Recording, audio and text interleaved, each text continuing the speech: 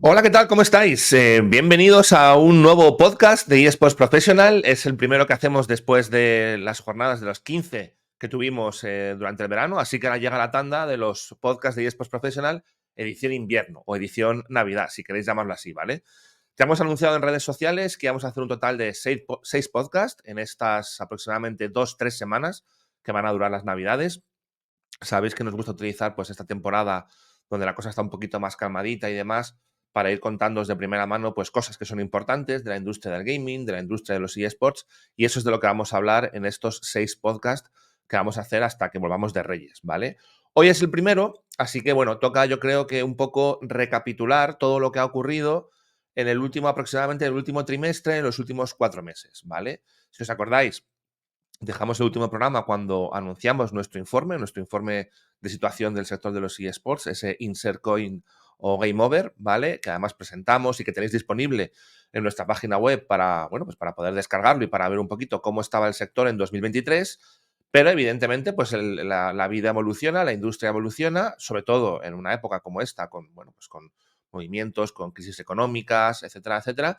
Y hoy queríamos dedicar este programa número 16, o si queréis, o si lo preferís, este programa número 1 de la temporada de Navidad, a hacer un poquito de recapitulación del sector en estos últimos, como digo, 3-4 meses, ¿vale? Así que hoy literalmente vamos a hablar de 6 tendencias o 6 aspectos clave que hemos estado identificando en el sector de los eSports y del gaming en estos últimos 3 o 4 meses, y esperemos que sea de vuestro interés, ¿vale? Venga, vamos a comenzar. No van en orden de importancia, es decir, aquí no es que uno sea más importante u otro, es un poco pues como nos han ido saliendo en la cabeza y como nos hemos ido pensando, ¿vale? Entonces, el primer punto que quería tratar es qué está ocurriendo con los equipos de eSports, ¿vale? Que esto es algo absolutamente fundamental. Ya se vaticinaba que la cosa iría un poquito complicada en este último trimestre. Quizás a lo mejor por aquello de que en el tema de League of Legends y demás, pues no se quería hacer mucho ruido hasta que no terminasen las competiciones oficiales a nivel continental, hasta que no terminasen unos Worlds, etcétera, etcétera.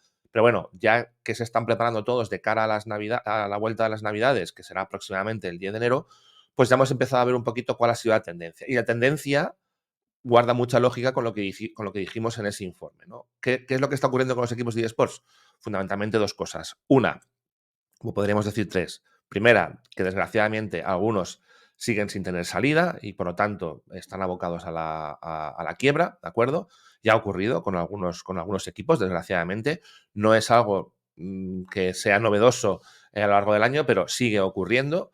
Creo que cada vez menos, porque cada vez más ya se van asentando las cosas y el que tenía pulmón y el que había hecho las cosas bien, pues está aguantando y puede seguir con cambios, como veremos, pero puede seguir, pero sí que creo que ya la mayoría de los clubes que estaban medianamente subsistiendo, pues ya han llegado hasta donde podían y no van a continuar. Luego hay otros que literalmente, no porque estén o también están agobiados, pero no es esa su principal razón, sino que realmente no ven una continuidad y antes de llegar precisamente a esa situación de tener que echar el cierre, se están transformando, y cuando digo transformando me refiero a que se están transformando claramente, y así lo dicen, en empresas de desarrollo de contenido, ¿vale? En lugar de eSports, bueno, pues es una opción, si creen que puede ser interesante para subsistir, pues bien hecha está, ¿no? Faltaría más. Y luego los que se quedan, yo creo que están aplicando una idea inteligente que es la de juntos somos más fuertes. Entonces, pues están produciendo muchas fusiones. El caso yo creo que más característico es el de la LEC, que está viendo muchas fusiones. Yo diría que el último ejemplo, y quizás el que más nos toca de cerca por la parte española, es el de Giants y esa fusión barra, sí, merge con Excel, que ojo, que es una cosa importante. No solamente es porque accedas a una plaza de LEC, de League of Legends, es que literalmente estás hablando de que Giants ya no es Giants. Es decir, ese club que hemos conocido durante tantos años, no sé si 10, 12, 15, pues literalmente deja de ser ese club para ser otra cosa. Sí, sigue habiendo eSports, por supuesto, faltaría más, pero ya no es Giants, ahora es Giants, ¿vale? Es una pronunciación un poco que nos tenemos que acostumbrar, ¿vale? Entonces, el primer punto que yo quería destacar es esa fusión, esas alianzas que se están llevando a cabo que me parecen inteligentes porque creo que juntos podemos ser más fuertes, ¿vale? Luego, a continuación de eso, también está ocurriendo otra cosa con las competiciones, y es que las competiciones, y es lo que decíamos en su momento, no es dar un paso atrás, es quizás ver la película completa y dar un paso atrás para dar un paso adelante. Porque el segundo punto del que os quería hablar es de que las competiciones están relajando bastante las medidas de acceso o de mantenimiento a determinado nivel competitivo. Por ejemplo, yo creo que lo más sencillo que tenemos para ver esto es el tema de las ERLs. En España, hace muy poquito, la semana pasada, se anunció el tema de los equipos que van a participar en la segunda división y ya las normas no son tan estrictas como antes. Es decir, hace 2 años o hace un año te decían, tienes que tener constituida una SL, tienes que tener un salario mínimo para pagar a los jugadores, tienes que tener una serie de condiciones, un presupuesto X, etcétera, etcétera. Ahora mismo, los equipos que están accediendo o que han accedido ya desde ligas inferiores a la segunda división de LoL en España, el único requisito que tienen es que tienen que tener una SL constituida, ¿de acuerdo? Claro, ¿esto vuelve más o menos profesional el sector? No sé si será más o menos profesional, pero creo sinceramente que era un paso que tocaba, porque no podías seguir manteniendo unas características que hacían que el ecosistema no fuese sostenible. Con lo cual, yo creo que eso es un acierto. Creo que permite savia nueva. Ya veremos a ver cómo funciona con sus audiencias y demás, pero esto yo creo que está pasando en varias competiciones, ¿no? En la LCS, por ejemplo, pues oye, si había que quitarse 2 equipos para hacer que los otros 8 estuviesen más recompensados y demás, pues se hace. Si hay que hacer cambios en la LEC, se hacen. Entonces, los propios Tournament Operators están relajando un poquito las medidas junto con el publisher, porque si no el ecosistema implosiona, ¿de acuerdo? Luego, tercer punto que es importante, ya que hemos hablado de qué están haciendo los clubs, hemos hablado de qué están haciendo los Tournament Operators junto con los publishers en las competiciones, pues un tercer punto que también es muy importante es que las audiencias se recuperan, ¿vale? Comenzamos el 2023, bueno, todo muy nefasto, diciendo que el sector estaba fastidiado porque las audiencias no acompañaban. Bueno, ya hemos tenido informes específicamente de Stream Hatchet que lo que te están diciendo es que no es que la audiencia de los eSports baje, lo que está bajando es la audiencia de las competiciones más seguidas. Pero si tú ves a nivel global las audiencias, no solamente de esa parte de competiciones, sino cuando hay gente en Twitch y demás viendo competiciones de eSports que a lo mejor no son tan conocidas como puedan ser unos Worlds, etcétera, etcétera, en global la audiencia de eSports se mantiene muy bien y mantiene incluso cifras de antes de la pandemia, que son cifras muy buenas. Ya sabéis que la pandemia pegó un chute, pero luego eso tenía que bajar, ¿vale? Con lo cual, parece que con esta recuperación de las audiencias vamos a poder empezar a trabajar y un poco a recuperar la senda de crecimiento, ¿de acuerdo? Esto es algo extremadamente importante, ¿vale? Otro punto que también se ha demostrado muy, muy, muy importante, que ya lo dijimos y que ya iba muy bien, pero que, como dijimos, es una palanca y que sería el cuarto punto, es el tema de los eventos presenciales. Estas semanas atrás, en España hemos tenido una DreamHack Valencia casi un auténtico éxito, más de 60.000 personas acudiendo.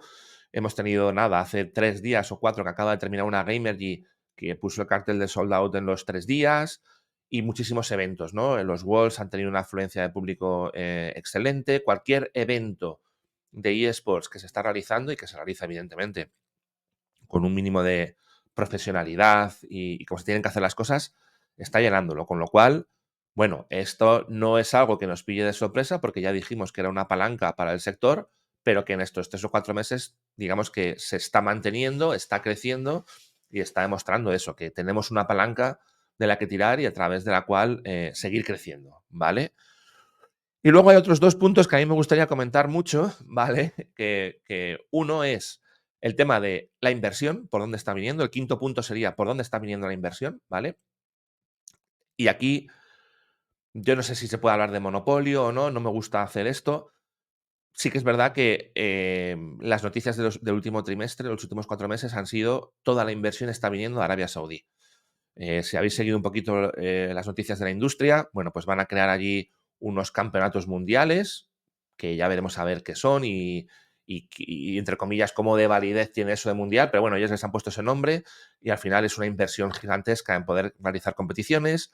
Justo estas semanas, 2 días atrás, nuestros compañeros de eSports Bureau publicaban una noticia que hay una ciudad que se llama Qiddiya, de Arabia Saudí, que quiere convertirse en la ciudad de los eSports y que va a crear un distrito específico para gaming y para eSports. Esto también es muy característico de algunas ciudades. Por ejemplo, Si sois muy jugones y conocéis Japón o habéis ido a Japón alguna vez o habéis tenido intención de ir a Japón, sabéis que hay un barrio que es como el barrio donde el fan gaming, el fan gamer, bueno, hace sus delicias, que es el barrio de Shibuya, ¿vale? Entonces, bueno, pues, oye, ahí pues, es el esplendor, ¿no? Vas, encuentras juegos retro, coleccionistas no solamente de videojuegos, de manga, de anime, etcétera, etcétera. Bueno, pues esta gente quiere hacer lo mismo, pero en una ciudad de Arabia Saudí, donde va a tener luego ya veremos si la tiene, pero donde parece ser que va a haber, bueno, pues no sé cuántos mil metros cuadrados, va a tener 3 estadios, un estadio con capacidad para 70.000 personas, 4 edificios dedicados al gaming, va a tener, por supuesto, temas de hostelería, de restauración, se supone que va a poder ser capaz de albergar a 25 clubes profesionales de eSports. Entonces, bueno, entre esto, más todo lo que está ocurriendo a nivel puramente gaming, de compras de empresas, adquisiciones, fusiones y demás, pues la verdad es que Arabia Saudí, no digo que dé miedo, ¿no?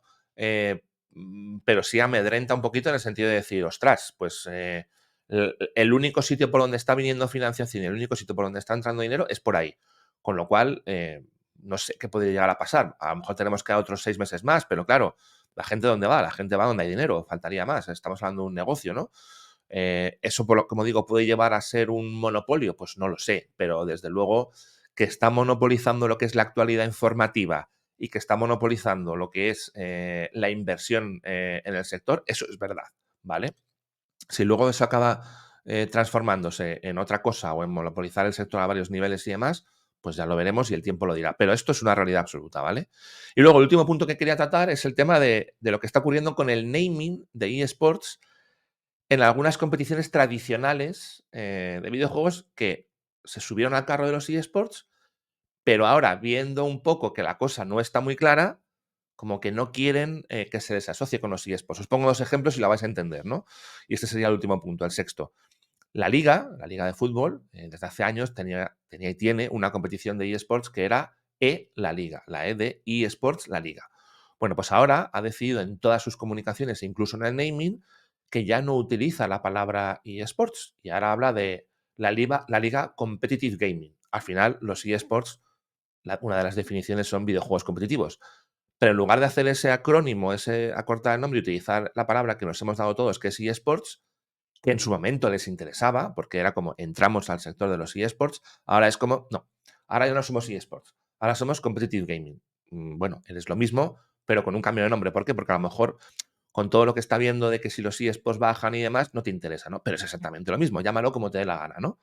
Y lo mismo ha ocurrido, por ejemplo, en el tema de la Fórmula 1. La Fórmula 1, siempre que ha tenido competiciones de videojuegos, se ha llamado F1 eSports, que además era perfectamente identificable por todos, ¿vale? Y siempre hablábamos de Fórmula 1 eSports, y ahora no, ahora es Fórmula 1 World Sim Racing Tournament, o algo así, si no recuerdo mal, ¿vale? Es decir, de nuevo, fijaros, con lo fácil que es el nombre y que a nivel de click mental a la gente se le quede F1 eSports, ahora lo cambian por algo mucho más largo porque de nuevo no quieren utilizar esa palabra de eSports, se quieren desligar un poquito de esa palabra de eSports y utilizan otra formulación, ¿vale? Bueno, como digo, al final no dejan de ser eSports, lo pueden llamar como quieran, eh, pero al final estamos hablando de lo mismo, de competiciones de videojuegos, ¿vale? Pero es muy curioso, como digo, que los clubes, que sean estas competiciones de videojuegos que se basan en deportes tradicionales, las que sean las primeras que cuando todo iba bien y todo crecía o había muy buena perspectiva, le ponían el nombre de eSports, ahora literalmente quitamos el nombre de eSports, ¿no? Bueno, es entendible, es una estrategia de marketing, pero que en el fondo para el que sabe lo que hay detrás estamos hablando exactamente de lo mismo, ¿no? Entonces, bueno, estas son un poco las 6 tendencias que hemos identificado en este último trimestre. Lo vuelvo a comentar y hago resumen. La primera sería las fusiones y alianzas que está habiendo entre diferentes actores de la cadena de valor, específicamente entre los clubs.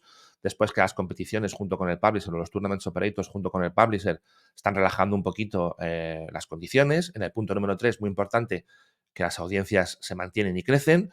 Punto número 4, que los eventos presenciales son una palanca indiscutible de crecimiento del sector.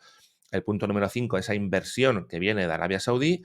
Y el punto número 6, ese naming en los eSports. Espero que os haya gustado. Nos vemos en 2 días, donde vamos a hablar de muchas más cositas.